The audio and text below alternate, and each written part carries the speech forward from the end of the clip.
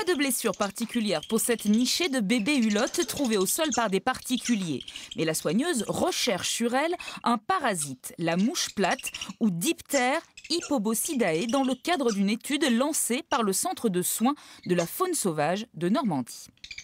Là, on est vraiment sur de la connaissance du parasite. C'est un parasite qu'on trouve très fréquemment chez les oiseaux et qu'on connaît assez mal. Donc, ce qu'on voudrait étudier, c'est le parasite en lui-même, les relations qu'il peut avoir avec son hôte et également la prévalence de l'individu en fonction notamment des espèces et des zones géographiques. Chaque oiseau qui est rentré en centre en fait, est examiné pour voir s'il est porteur de ce parasite. Si c'est le cas, on prélève le parasite et ensuite on le met dans un petit tube, dans un tube de prélèvement. Une fois que tous les tubes sont remplis, on le renvoie donc à la personne qui a enclenché l'enquête.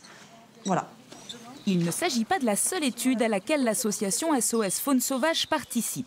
Le CHU de Limoges lui a également demandé d'observer de très près les rapaces amenés au centre de soins afin de déterminer s'ils sont porteurs ou pas d'un autre parasite, le toxoplasme.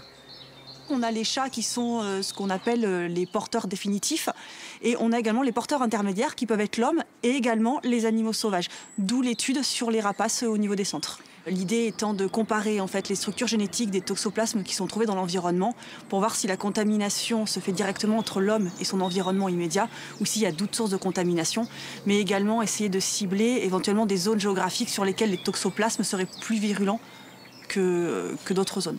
Depuis plusieurs années, SOS Faune Sauvage participe à une étude épidémiologique sur la poxvirose, ou variole aviaire touchant les mésanges. Le travail combiné des différentes structures permet aujourd'hui d'envisager des protocoles pour faire barrière à la maladie.